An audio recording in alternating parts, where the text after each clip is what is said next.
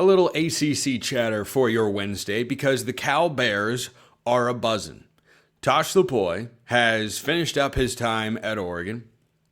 Not the defensive performance that leads to the Cal football account to tweet out how spectacular it was, 56 points. Not how he probably would have liked to have ended his time there, but that's, of course, all in the past now. And anyone who wasn't a starter on the defensive line, particularly the interior, has hit the portal from Oregon's roster. I think more than a few are going to wind up following Tosh Lupoi to Cal. Almost all of them are former four-star recruits that he has recruited, worked with, and developed over the last couple of years during his time with the Ducks. And it is not a coincidence. Oregon has had 27 players exit Eugene via the transfer portal.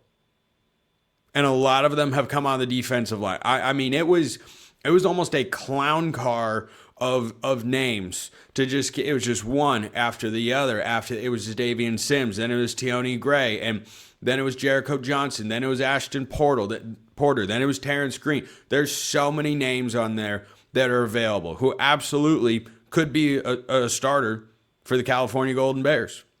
I don't think they all would. I don't think Cal was so void of talent in 2025. I'm getting my ears crossed up here.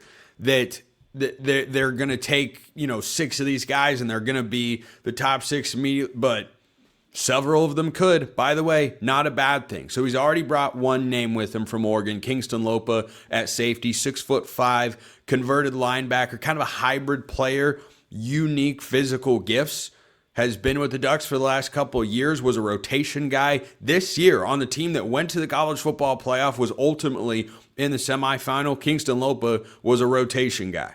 He was not a starting safety, but he might wind up being a starting safety for Cal. And everything that I talk about with regards to Cal and what they're doing in the transfer portal, because there are a couple other moves that I'm going to talk about, to me, it's all about the first big recruiting win Tosh Lupoi got when he got announced as Cal's head coach. Jaron Keawe Sagapolutele, who has 2 years of eligibility left and is one of the best young quarterbacks in all of college football. And I think the Miami Hurricanes right now are looking around thinking to themselves, how did that guy not go into... We would have taken another West Coast guy from a former Pac-12 school, RIP. How did he not go in the portal? Well, this is what Tosh Lupoi does. Everywhere that he has been, he recruits at an elite level. It's just the way the guy operates. Every single stop. Cal, Alabama, Oregon, Washington, you name it.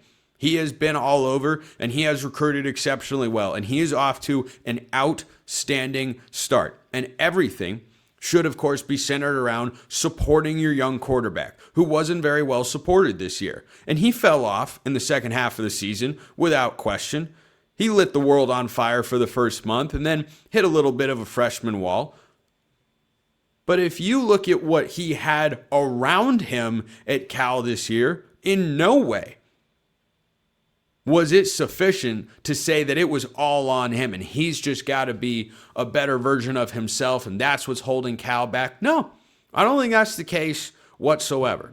So I think Lupoi can come in and give Cal a better level of talent on the defensive side. And oh, by the way, the level of talent that's coming in on the offensive side of the ball is also pretty notable. So I haven't yet settled. It's too early. We're just in portal reaction mode. Who's doing well? Who's trending up? We got to go through spring ball before we could get to saying something like, is Cal a surprise championship contender in the ACC in 2026? But I tell you what, Kingston Lopa, solid addition. You will see defensive linemen come down from Eugene, guys that were good enough to not just be on the team with the Ducks, but to actually play for one of the best defenses in college football this year. I think you will see those names start to trickle in. But Ian Strong and Adam Mohammad are two offensive names that I love if I'm JKS. Whenever you watched Cal this year, and I don't know how many of you did. I did, because that's, kind of my job, and I'm a college football sicko and diehard, of course.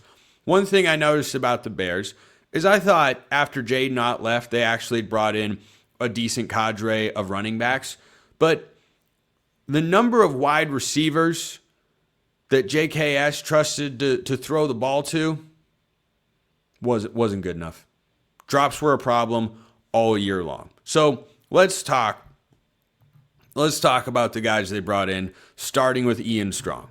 Transfer from Rutgers, 6'3", 211 pounds. He's basically a tight end who is playing wide receiver. And one thing that I really love about this pairing is what JKS showed an incredible ability to do for a true freshman is throw the back shoulder fade. I don't know what a fade is, but I don't think JKS is afraid of anything.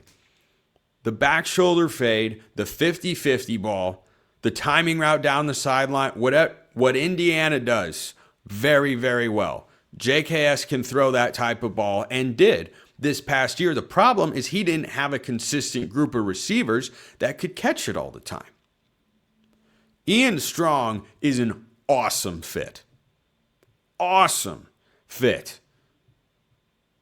That's the type of guy, maybe he doesn't end up being the number one receiver for Cal this year, but I kind of think he will be. That's one of those wins that you look back and go, how did he get to Cal? The Tosh Lupoi effect. It's just what he does. And another thing that a defensive coordinator such as Tosh Lupoi, I don't believe he's going to be the play caller, but we'll see.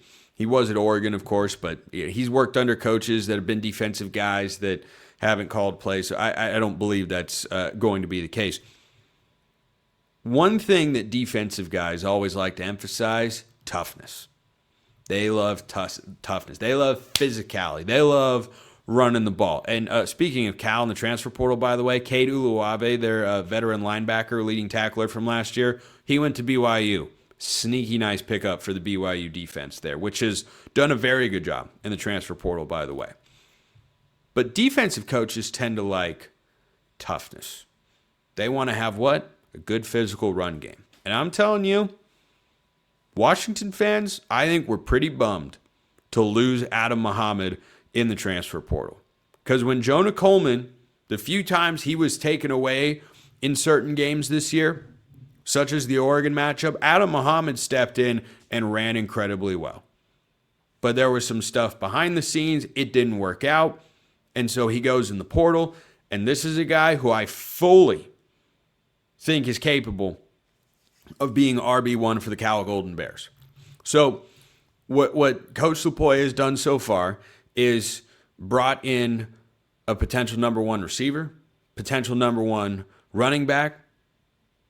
He's kept his quarterback there. Now he's got to beef up the trenches. By the way, it's still early-ish in the transfer cycle, but Cal's transfer rating right now is sitting at number 14 in the country. The California Golden Bears, who very quietly have had a sneaky... Actually, they're up to number 13 as I record this show. How about that? They have a sneaky amount of recruiting potential, and I'm interested to see how this goes. But just if you're a Cal fan, listen for these names. Jericho Johnson, Ashton Porter, Zadavian Sims, Tioni Gray, Toby Hastrup.